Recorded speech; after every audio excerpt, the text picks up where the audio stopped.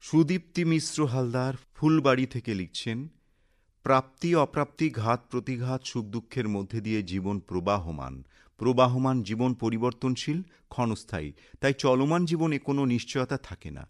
পদ্মপাতার জল প্রবাদটি জীবনের সঙ্গে তুলনা করলে মনে হয় জীবনের ন্যায় পদ্মপাতার উপর জলের বিন্দুর স্থিতিশীলতা খুব সাময়িক।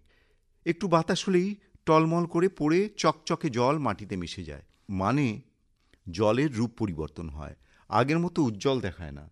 বিপদ আপদ সামলাতে না পারলে মানুষের জীবনেও অনেক পরিবর্তন আসে। পদ্মপাতার উপর জল ততক্ষণ চকচক করে যতক্ষণ জল স্থির থাকে।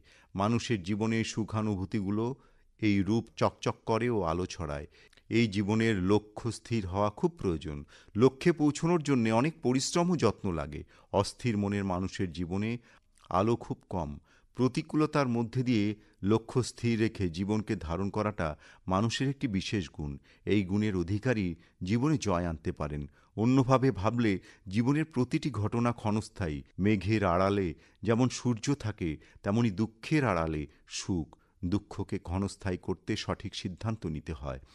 আসলে ব্যালেন্স করাটা খুব দরকার। জীবনকে পরিহাসে পরিণত করতে না চাইলে পরিচ্ছন্ন, পরিমিত, পরিশীলিত আচরণে জীবন হোক পরিবেষ্টিত, ঠিক পদ্মপাতায় জলের মতো। লিখেছেন সুদীপ্তি মিশ্র হালদার। গ্রাম ও পোস্ট, ফুলবাড়ি।